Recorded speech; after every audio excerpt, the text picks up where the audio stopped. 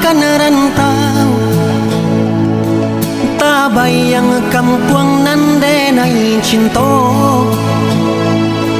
bakumpua kawan sana. Kita masuk part 2, video 2, refleksi sufistik, candaan-candaan Rasulullah SAW dari sunnah. Ternyata bercanda bisa disunahkan, tapi kalau tidak diilmui akan menjadi hal-hal yang negatif. Pemikiran itu sumbernya dari akal. Pikiran itu sumbernya dari akal. Akal tunjuknya ke bawah, hati. Kemarin kan? Nah,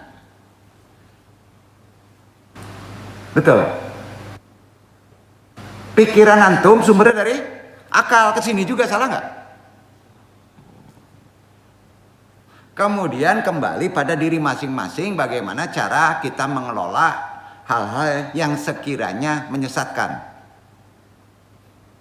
Jadi kebanyakan hal ini berhubungan dengan di agama ilmunya apa tuh? Akal, pikiran, dari mana datangnya? Ilmu kalam. Apa? Ilmu apa? Kalam. Maka dari Imam Al-Ghazali membuat perkataan dalam kitabnya, referensinya Bidayatul Hidayah bab akidah seorang mukmin. Itu referensinya. Udah sebut kesimpulannya ya. Wa in kan lahu imanun gairu makruwin bimu salamatin wa hujajin fahimu minun. Walam yukalif Rasulullah sallallahu alaihi wasallam aktaru min dalika.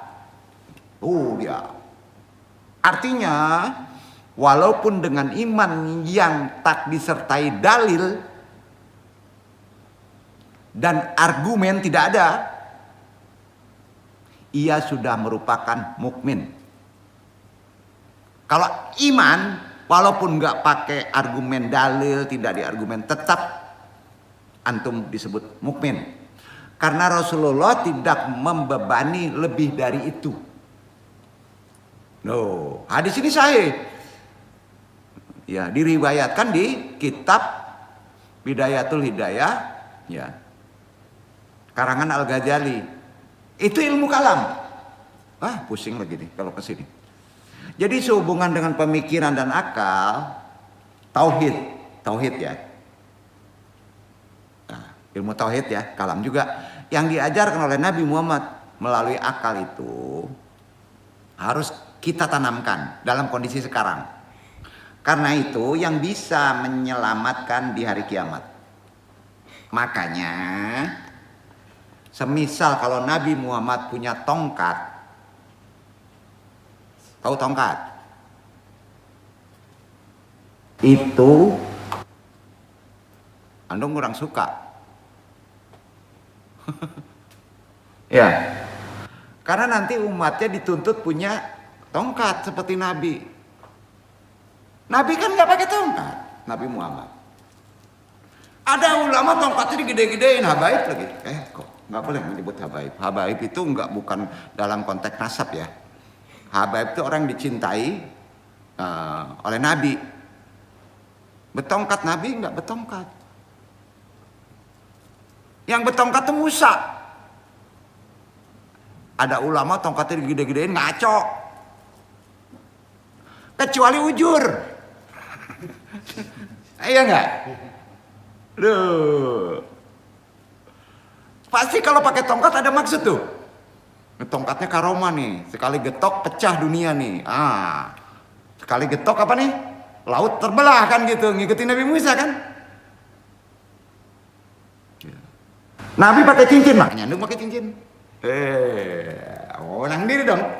Tapi Nabi satu cuma, kita 4. Gitu. Jadi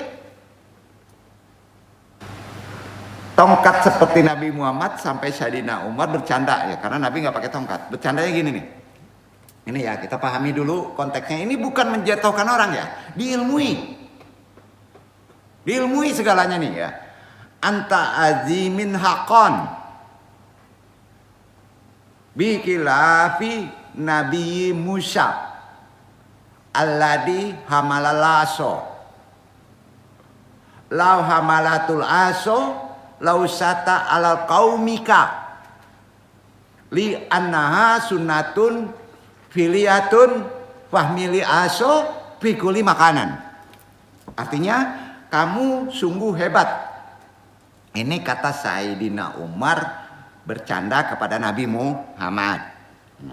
Kamu sungguh hebat, tidak seperti Nabi Musa yang membawa tongkat.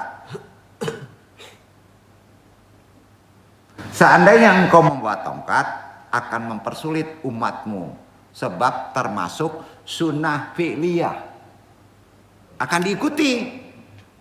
Nah, jadi kemana-mana membawa tongkat nanti orang. Ya, itu benar loh. Ini riwayatnya sahih. Enggak dikaji di luar ya. Ada riwayatnya tuh. Sahih loh. Antum merasakan hal ini sendiri loh. Jadi tirakat akal itu luar biasa ya. Kalau kita renungkan lebih dalam ya. Jadi ada candaan, anekdot, tapi itu mengganggu. Katanya Nabi Muhammad SAW itu kekasih Allah, kekasih Tuhan. Kenapa ketika perang Uhud kok kalah? Kita gunakan akal nih. Kok kalah? Bener nggak? Perang Uhud kan kalah. Kalau kekasih Allah, kenapa kok dibikin kalah? Akal kan? Ayo. Betul gak? Bener kan nih? Nah. Ini kan kalau orang sekarang sedikit nyebelin gitu. Iya kan? Bahasanya kan gitu kan? Ya. Kemudian umat Islam menjawab, memang begitulah watak Tuhan.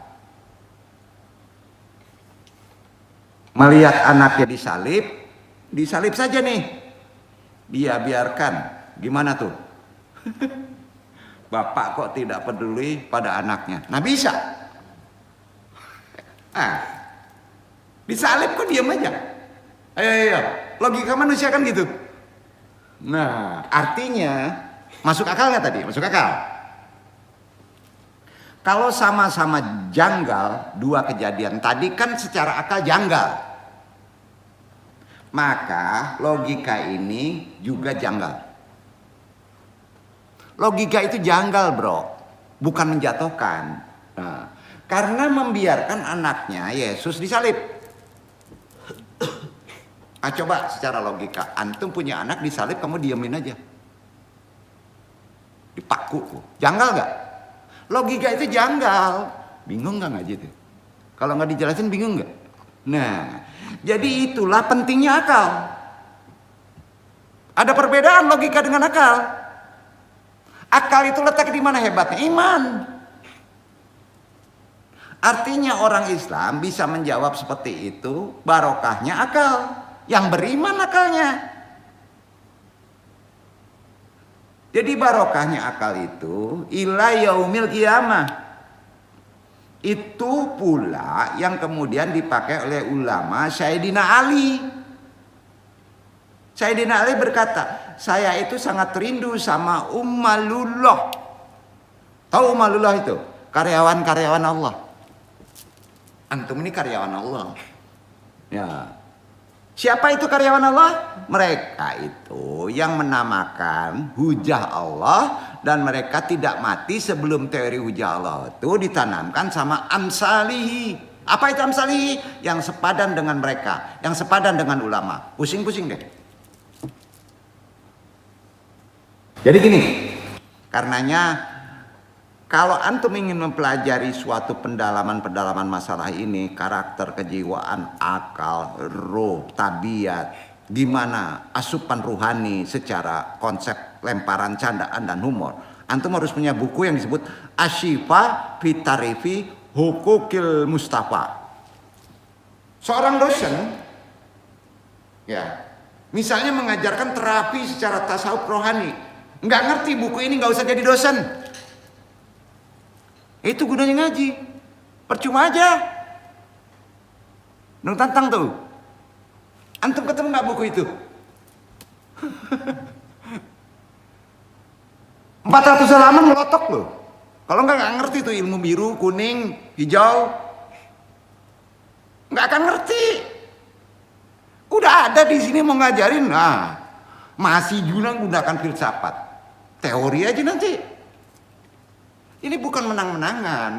Nah, jadi kembali lagi, ada kitab Ashifa Pitarifil Hukukil Mustafa. Ketika ada yang tanya, karangannya Anda nggak mau kasih tahu. Terka aja. Ketika ada yang tanya, ketika antum terlalu khusyuk, orang kalau terlalu khusyuk tegang nggak? Halo, pengen khusyuk nih, kentut nggak ya? Kentut, kayaknya kentut, wudhu lagi 10 kali. Ada nggak yang kayak gitu?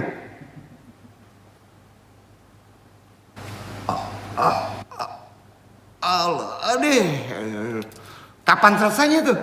Juga nggak bagus. Nah, tegang kan? Terlalu khusyuk seperti Nabi Isa.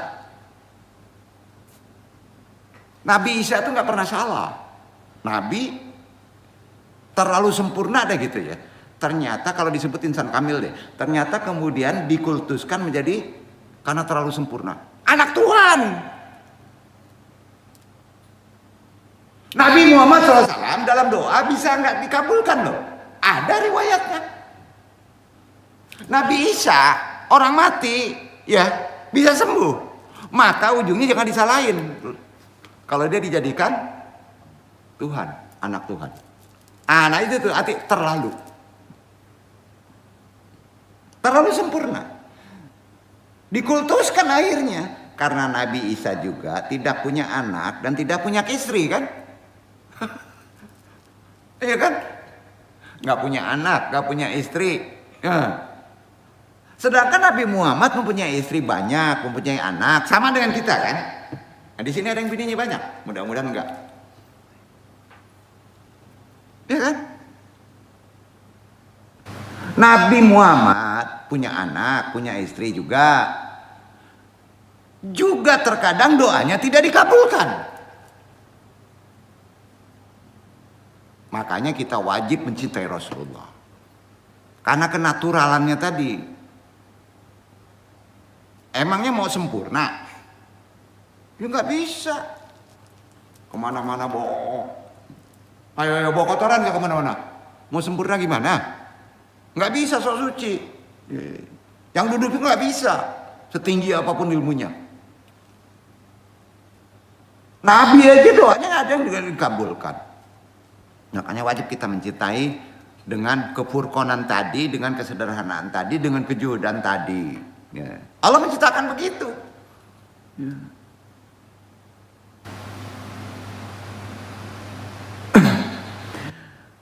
Jadi dengan begitu kita nampak dia sisi kehambaannya, ngerti nggak? Nampak di Nabiku sisi kehambaannya. Ya. Sisi kehambaannya apa? Itu nanti di akhirat Nabi Muhammad nggak digojlok, nggak diuji-uji lagi. Ya. Sebagaimana Nabi Isa, karena mempunyai poin-poin yang tidak sama dengan Allah kan? Kalau nggak sama dengan Allah ngapain digojlok? Ayo. Kalau Nabi Isa karena tidak mempunyai anak, tidak punya istri, sampai dianggap Tuhan, makanya Nabi Isa digojlok sama Allah. Salah satunya nih ya, dengerin ya. Ini nggak dikaji di luar nih. Ya Isa, atada'uhum ila ibadatika. Tanya sama Allah. Wahai Isa, apakah kamu mengajak mereka untuk menyembahmu? Jawab Nabi Isa, tidak Tuhan, sama sekali tidak. Tidak. Nabi Isa membantah dengan keras hal itu. Beda dengan ucapan Firaun kan? Beda nggak? Saya Tuhan, sembahlah aku. Beda Nabi Isa. Tapi karena kesempurnaan Nabi Isa, orang lain yang menuhankan. Kalau Firaun, kesempurnaannya nampak. Dia sendiri yang menuhankan. Itu bedanya. Itu banyak orang sekarang. Ketangkap maksudnya nggak? Tanpa kita menyadarinya. Tuhan HP, Tuhan pikiran, Tuhan kepintaran, Tuhan politik, gitulah. Rusak. Jadi semisal Nabi Isa bukanlah nabi, umpama, ini kan kaji dakwah ya, jangan kaku deh. Mungkin perkataannya agak sinis, seperti seandainya itu benar, engkau pasti tahu karena engkau adalah Tuhan. Sedangkan Nabi Muhammad tidak akan digojlok seperti itu. Antara Nabi Isa dan Nabi Muhammad itu artinya tingkat mukhalafatul lil hawadisinya kan lebih jelas.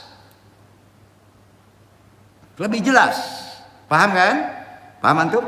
Mudah-mudahan paham. Makanya antum ketika berdoa kemudian tidak dikabulkan, minta tolong manduk kan? Ya. Boleh.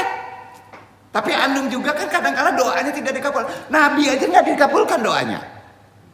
Ada. Contohnya nih ya, Nabi yang paling gampang contohnya nih ya, nggak dikabulkan. Jadi kuncinya ya, bersyukur kalau nggak dikabulkan. Nggak dikabulkan, alhamdulillah, itu aja kuncinya. Tapi sering nggak terima kan akal kita. Salah satu doa Nabi Muhammad yang tidak dikabulkan antara lain seperti Nabi Muhammad berdoa agar Abu Thalib masuk Islam. Tapi tidak dikabulkan Allah loh, dengan cepat. Kemudian berdoa agar Wasi dilaknat Allah. Agar Wasi dilaknat Allah. Benar, nah ini ada hadisnya. Tapi malah Wasi masuk Islam. Hak prerogatif sama siapa? Allah. Nabi Muhammad tenang saja, tidak protes. Ya. Karena dari situ kita bisa melihat tawakalnya seorang hamba. Sampai nggak titik tawakal kita ke situ di zaman sekarang. Itulah kuasa Allah. Terkadang yang baik menurut kita belum tentu baik. Menurut Allah belum tentu. Begitu pula sebaliknya. Iya kan? Nah, sebagai seorang mukmin kita diwajibkan untuk mempercayai dengan adanya hari akhir. Pertanyaan sekarang, percaya kiamat? Interaksi. Percaya enggak? Di atas percaya, yakin. Yakin ya? Benar yakin. Kok masih buat dosa? Ya. Yakin ada pembalasan pada hari akhir. Nantinya umat manusia akan ada yang masuk surga, masuk neraka. Itu buktinya. Makanya ada hari akhir. Benar nggak? Allah Subhanahu wa Ta'ala sendiri memperingatkan nih.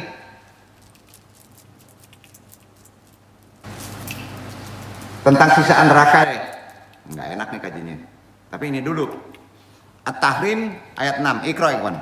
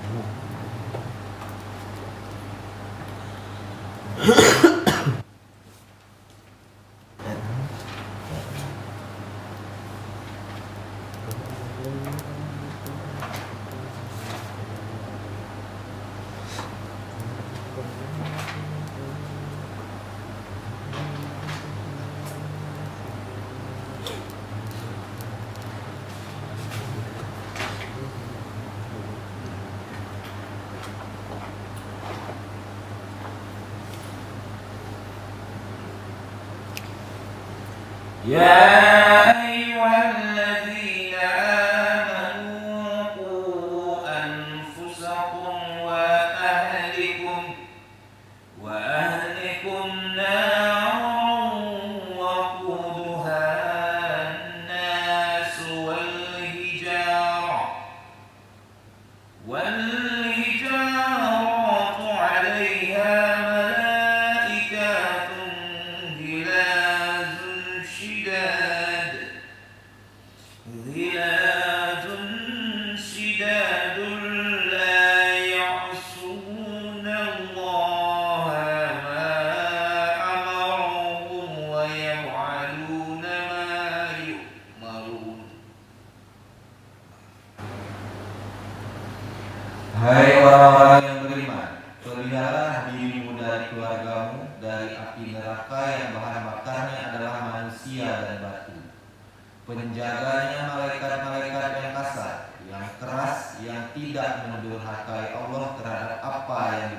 memerintahkan kepadanya kepada mereka dan selalu mengerjakan apa yang diperintahkan.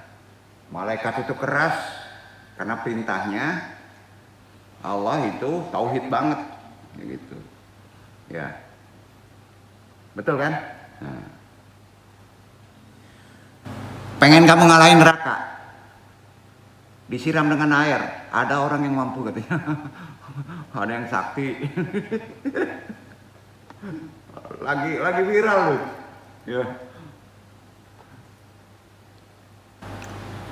Antum mengalahkan Jakarta.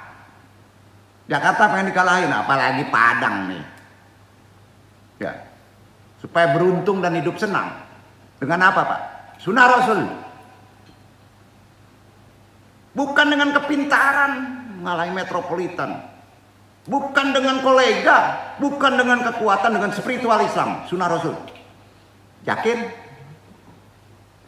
Ngalahin neraka itu Nabi gampang. Keras banget nih ngaji ini. Karena setiap orang mukmin yang taat pasti akan bersungguh-sungguh dalam beribadah agar terhindar dari siksa neraka. Ada beberapa hal yang bisa dilakukan agar terhindar dari siksa neraka. Nabi itu kalau melawan neraka mudah banget. Hadisnya gini, Rasulullah SAW diriwayatkan Imam Bukhari. Ikutin ya hadisnya ya. Halo, neraka itu kalau di dunia susah, hidup susah, nggak kerja, nggak dapat bini, nggak dapat itu neraka juga, neraka kecil. Bener nggak? Iya kan? Ini gimana sih? Iya nggak? Mau hadisnya? Riwayat Imam Bukhari, Imam Muslim. Yang duduk tuh udah bosen suruh ngalahin neraka juga badak. Tuh badak, kan kasar jadinya tuh. Hadisnya gini, matan isinya. Fataqau naro wala bisaki tamratin. Faman lam yajid fabi kalimatin thayyibatin. Lindungi diri kalian dari siksa neraka walau hanya dengan sedekah dari separuh kurma. Jika itu belum mampu, maka bertutur katalah dengan kata yang baik dan tersenyum.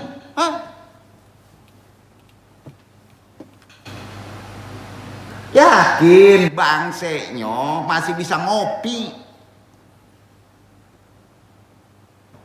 Gimana gak susah hidup antum kalau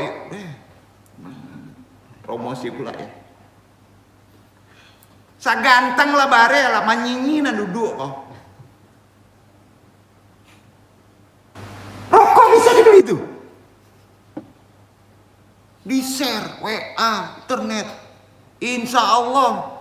Kalau enggak makan insya Allah saya isinya. Inya bisa makan. Padahal itu inya enggak. Itu. Hidup susah itu. Ada waktunya dikasih sen sama Allah, dia enggak makan tuh. Benar enggak? Keterima logika kita, ada sandaran dalilnya, enggak ngikuti oon.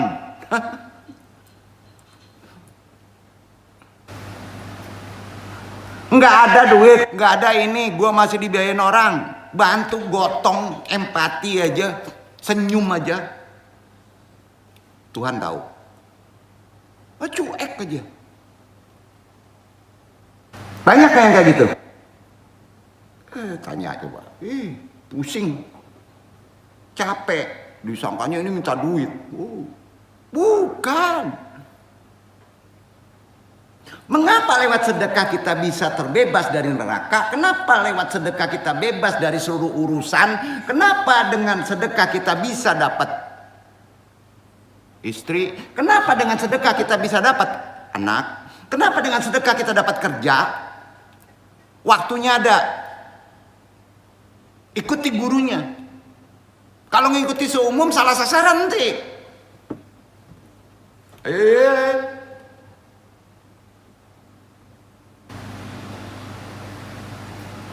Sama kayak tadi.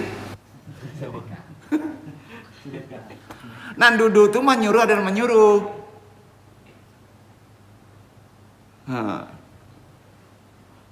Pengen terlepas dari neraka, pengen terlepas dari kesusahan hidup dunia. Sedekah, woi, sedekah, woi, sedekah.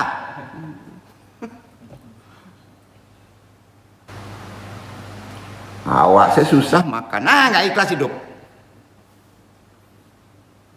Jujur ya, nyinyir dong kalau perkara ini. Banyak gak contoh yang masalahnya udah di ujung tanduk dengan sedekah clear? Banyak gak? Waktunya tepat kan?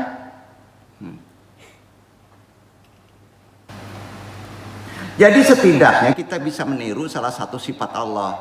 Apa sih sifat Allah itu?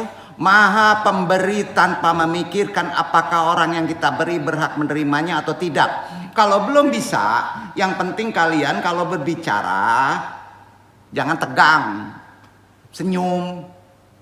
Dan hidup di bumi ini kalian terlihat gembira, ceria dalam menjalaninya. Itu kan merupakan salah satu wujud rasa syukur kita. Antum bisa napas, sedekah. Jadi realisasi amalan alhamdulillah itu apa? Sedekah. Analoginya apabila seseorang menyewakan kita sebuah rumah dan memberi kita makan dan kita menampilkan wajah terlihat ceria, tentu orang memberi juga akan senang.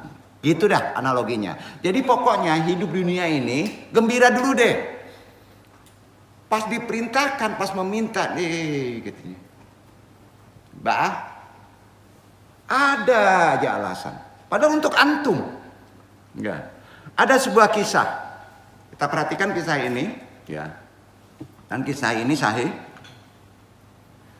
Syakik al-Balki bertemu dengan seorang budak yang tetap gembira. Budak itu gembira aja.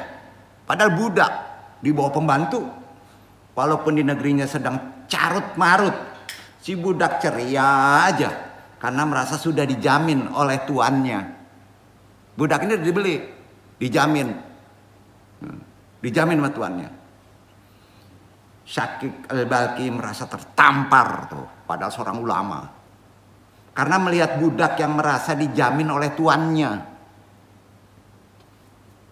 Padahal tuannya si budak ini adalah makhluk. Tuannya kan makhluk. Iya kan? Seperti anak yatim misalnya di panti tarusan. Ada pengurusnya kan makhluk, itu dijamin. Mereka senang kan? Iya kan? Apalagi kata Syakik ini al-Baqi yang memiliki Tuhan Allah Subhanahu wa taala. Kita kan memiliki Tuhan Allah Subhanahu wa taala. Maha kaya. Jadi kita boleh-boleh saja susah.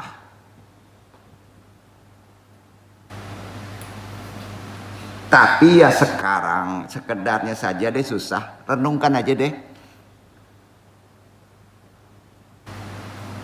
Iwan, Andung sampaikan ini tak singgung terserah. Terserah. Ada sebuah hadis sahih yang diriwayatkan dalam kitab keren nih, Ihya Ulumuddin Al-Ghazali. Salah satu umat pilihan Rasulullah yaitu orang yang tertawa saat ramai tetapi nangis saat sendirian.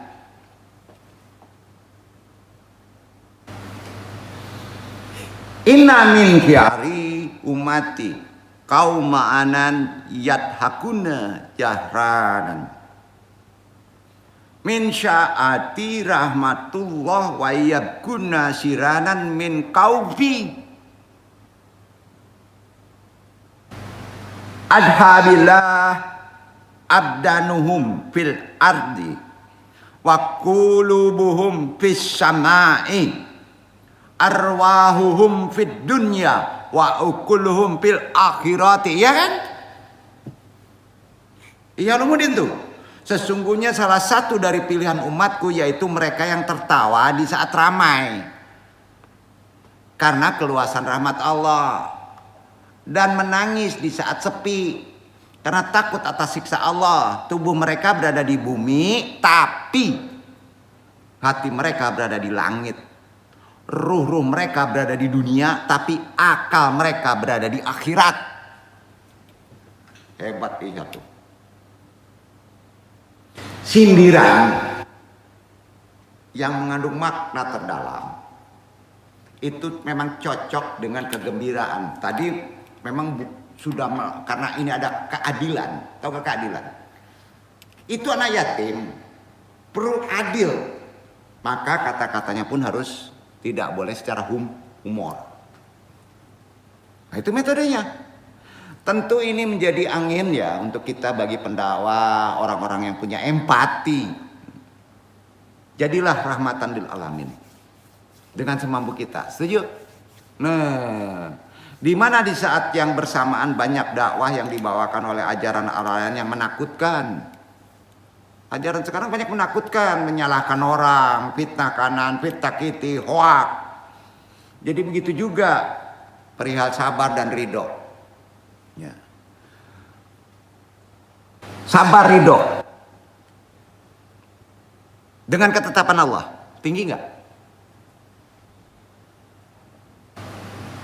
Sabar harus ridho, ridho harus sabar. Ridho Iwan sampai umur segini belum dapat istri. Jujur, enggak ridho dia. Buktinya kedusukan. Gimana? Ini interaksi aja ya. Jadi ridho, sabar itu syir. Senyum aja bisa ngecoh orang nggak? Bisa kan? Ya. Ridho enggak dengan ketetapan Allah? Ulama makrifat ya berkata begini, sabar itu ada 3 makom. Tahu makom? Sabar itu ada 3 tingkatan. Ada 3 tingkatan. Makom pertama, huwa tarkus syalkawa li anasimatal asasiyati li syabrihi at-takairi an-nauki fisyakwa. Artinya adalah meninggalkan keluhan.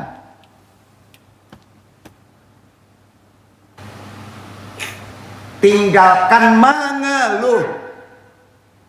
Total. Ngeluh sama kucing, ngeluh sama PB, ngaco. Gimana dong ngeluh sama PB, ngaco. Ngeluh sama kucing, ngaco. Betul kan? Ngeluh sama guru, ngaco. Makomatnya tinggalkan dulu itu, jangan ngeluh. Sebab ciri utama dari sabar itu meninggalkan sikap suka mengeluh. Itu ciri sabar. Lisyabrihi at-takali an-nawaki syakwa. Itu makomat awal. Halo? Pengen sabar menjadi ridho untuk bisa diselesaikan urusan antum sama Allah. Rahasianya satu. Kalau kandung boleh ngeluh. Karena butuh ijazah. Butuh ijazah. Ikhwan harus ngerti. Butuh apa? Penyelesaian dari ngeluh tadi kan? Itu ijazah namanya. Betul kan? Ikhlas. Padahal bisa kenapa dia ngeluh? Kalau dia merenung tahu itu. Gini, makom tadi adalah makomnya para tabiin. Meninggalkan keluhan itu, yaitu generasi setelah sahabat Rasulullah. Itu yang disebut tabiin.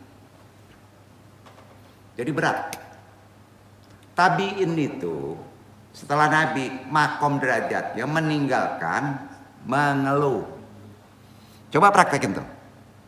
Kedua, naik makom kedua nih. Makom kedua itu ialah ar-ridho bisyai'i aladi kudahu. Ya kan? Ridho terhadap sesuatu yang sudah menjadi ketetapannya. Kalau antum hitam, ridho. Antum pesek, ridho. Ya, antum dilahirkan di Damasraya, ridho.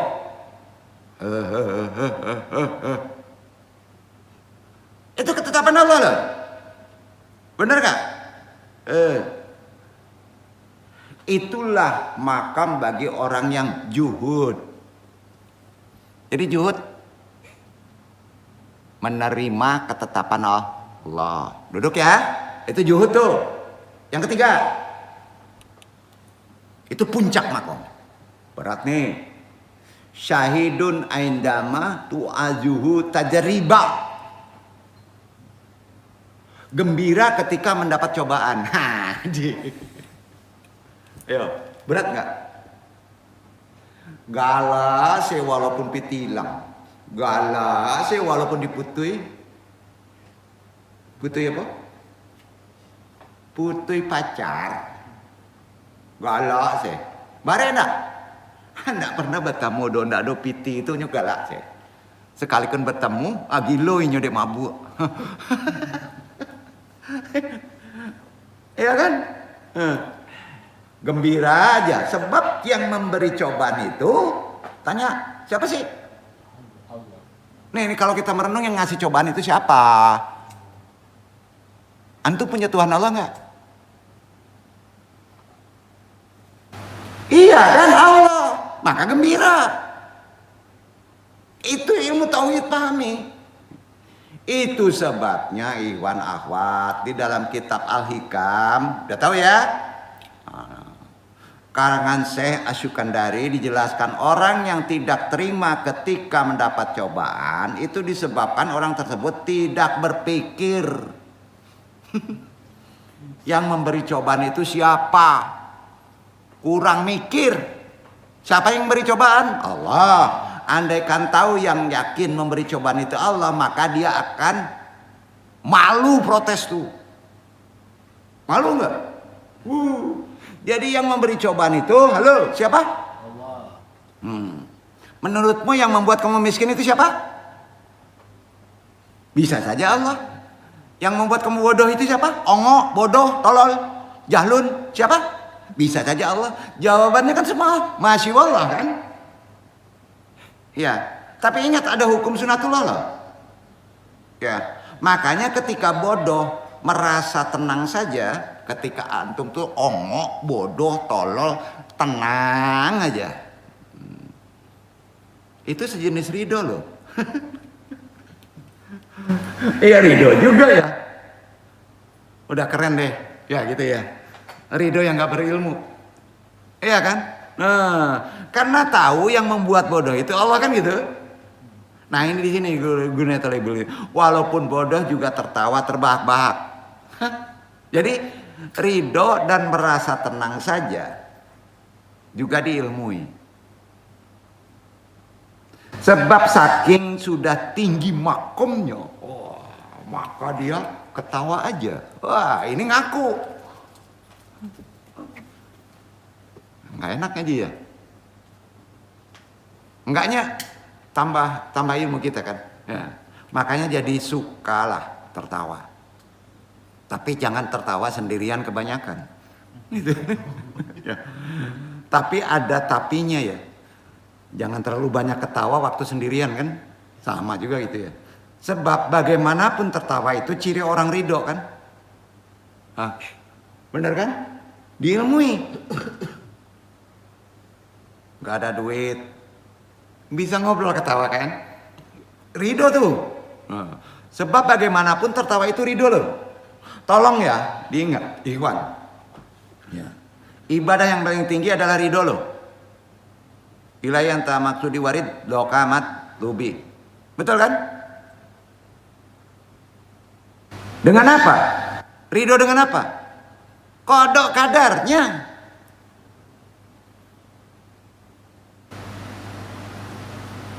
Ridho kan nih? Istrimu judes, nggak mau sholat. Istrimu yang buat siapa? Siapa yang buat? Allah bukan? Hah? Atau pabrik semen Indarung? Kamu dibuat sama pabrik semen Indarung istrinya? Hah? Judes nih, disuruh nggak mau sholat. Nih Allah ngasih istri itu sepakat dengan moral. Koreksi dulu diri dia. Istrinya nggak mau sholat. Kalau mabok belum bisa ditinggal, narkoba belum bisa ditinggal, judi belum ditinggal, ya wajar. Allah membuat kayak gitu, wajar nggak? Jangan on deh. Nanya pula istrinya nggak bisa sholat, tapi dia nggak mau introspeksi bahwa dirinya juga melanggar aturan Allah. Nanya ke andung lagi, on nggak? Gilo orang tuh mah, betul kan? Katanya ahli jikir, kare seorang teh, betul kan? Salah nggak tuh? Udah diingetin, jangan nanya ke bawah, nongol juga ke bawah. Kalau di atas nanyanya gimana? Datengin tuh istri kamu, sebabnya ada kenapa nggak sholat, betul kan? Faktornya satu, istri bisa protes nggak? Ya, mabok jalan juga, judi jalan juga, ya, sholat jalan juga. Kacau nggak hidup kayak gitu? Lihat aja besok. Kalau panjang bersyukurlah, kalau nggak panjang mati dia. Mainin Tuhan. Gawat tuh. Ini penting nih. Udah habis kesabaran kita menasihatinya. Jangan so suci deh. Kalau udah jadi jemaah dong, mesti mau diberesin, betul kan? Untuk kebaikan kita. Judas bininya. Menurutmu yang membuat siapa? Sebabnya apa? Kan gitu. Yang membuat Allah. Keseimbangannya gimana? Istrimu membanting piring, yang membuat siapa? Umpama. Istrimu keras banget nih. Gak boleh ngaji, gak boleh ini, gak boleh hantu, gak boleh belau. Yang buat siapa? Keseimbangannya apa? Introspeksi. Senyum aja deh. Gitu. Ya, kan senyum kalau kita tahu sebabnya juga yang membuat Allah karena kita kelakuannya juga nggak benar. Udah deh sesuci orang kebaca tuh. Apakah itu semua kehendak Allah? Betul? Jawabannya betul itu. Kehendak Allah itu karena antum juga berbuat begitu, betul kan? Nah, makanya kamu harus ridho. Ya, kalau istrinya nggak sholat, nggak nyediain kopi, ridho dong. Ridho nggak? Ridho. Iwan belum dapet istri, ridho nggak? Koreksi. Kemana ngaji ya?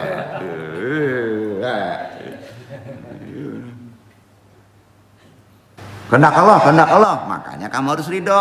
Kalau ridho betul, ridhonya betul nih, bisa jadi wali antum.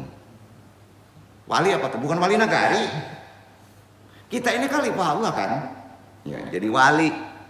Wali Allah. Benar nih. Kalau kamu ikut marah, nah, khalifatullah kamu didegradasi, tahu nggak? Dibatalkan, jadi khalifah, jadi kere. Benar itu ada di Quran. Mau nggak? Dibatalkan khalifahnya. Susah juga ngaji nih. Didegradasi deh khalifahnya kan kacau nih ya. Aduh. Karena wali mikirnya yang aneh-aneh sih. Kalau kamu ikut marah didegradasi, status walinya nggak ada yang namanya wali. Kok sukanya ngamuk, marah-marah, cemberut? Nggak ada tuh khalifatullah yang marahin cemberut aja, nggak ada. Marah-marah nggak ada itu. Ngeluh aja nggak ada itu yang wali kayak gitu. Wal waliyu yafrahu ida abtala. Dan wali itu senang ketika mendapat cobaan. Iya kan? Itu wali berat tuh. Itu wali yang benar. Itu derajat yang paling benar loh di hadapan Allah ya. Maksudnya benar-benar dalam muamalah dengan Allah. Pokoknya sekarang antum minta hiduplah dengan ridho, senang hati. Makanya melawan nafsu itu berat bro. Berat. Terkadang kamu punya uang, Ikhwan Iqbal punya uang sekarang? Ada? Alhamdulillah. Justru Ikhwan Iqbal punya uang, istrinya marah. Nah, ini udah balik dulu. Bener nggak? Ada orang dikasih uang, suaminya, istrinya marah, ada nggak? Ada. Ini banyak duit nih. Jandanya banyak katanya. Wah, bener. Kacau tuh. Itu hidup. Istrinya kok ngamuk ya banyak duit. Aneh nggak?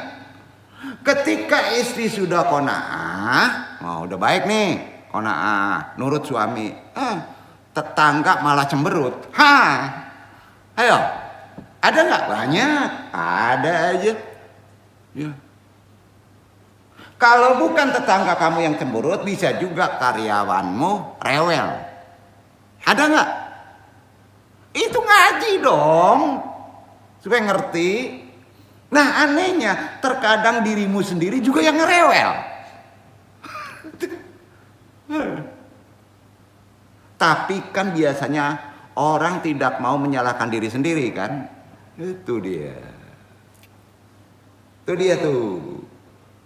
Nggak mau. Ya udah jelas ente yang salah. Istrinya nggak mau sholat. Antum mabok juga sih. Kan nggak mau digituin. Enggak. Udah berhenti. Hantu. Udah ketahuan. Introspeksi. Anu hanya ingin satu ya. Sebelum datang ke sini, dia sudah bawa ilmu. Bahwa ini nggak benar nih. Saya sendiri harus menyelesaikan dulu, betul kan? Benar kan nih? Kan gitu persoalannya. Diri kita sendiri jadi rewel lahirnya. Kan biasanya orang tidak mau menyalahkan diri sendiri, betul. Yang disalahkan selalu orang lain. Sekeliling kita aja, istri kita lah, tetangga kita, teman kita. Itu namanya kambing coklat, bukan kambing hitam. Makanya nggak heran kalau rambutnya coklat. Kamu kaji kok. Bercanda tadi. Ya. Jadi makanya Allah itu paling tidak suka jadi kambing coklat. Aduh. Ya. Menyalahkan istri lah, nggak mau sholat lah, sementara antum mabok, judi. Ya gitu nyalain orang lain. Daripada kamu berpikir malah ribet, nasihat andungnya. Malah jadi pusing. Pokoknya ridho deh dengan kodok kadar, memang antum mesti digituin. Itu yang keren.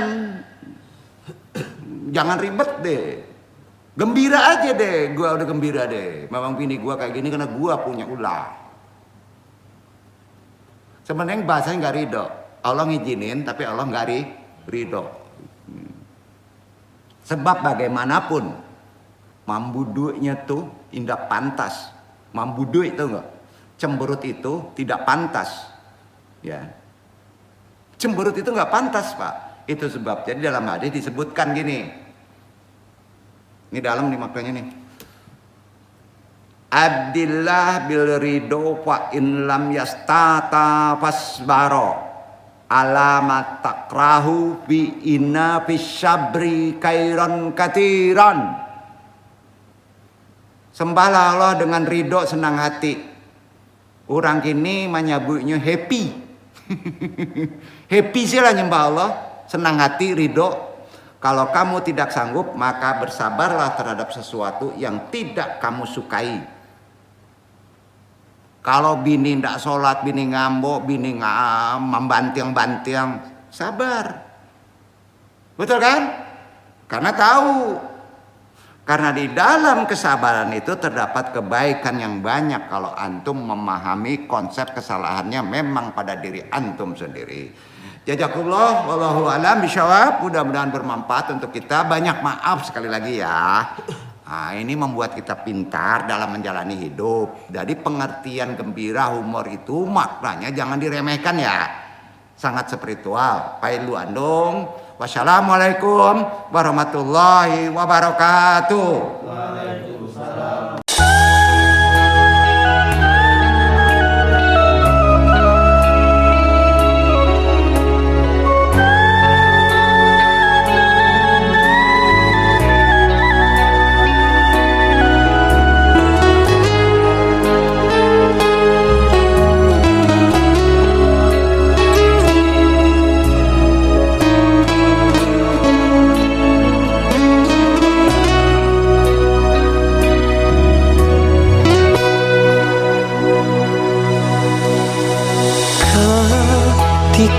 cinta nan mandeh barikan kabakendenan nan salamuku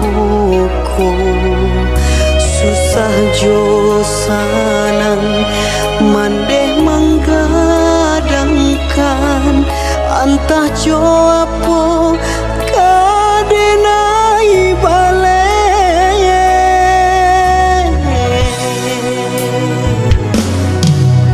oi mande nanden cinta sandaran hati tampe mbah iyo tak tampe baman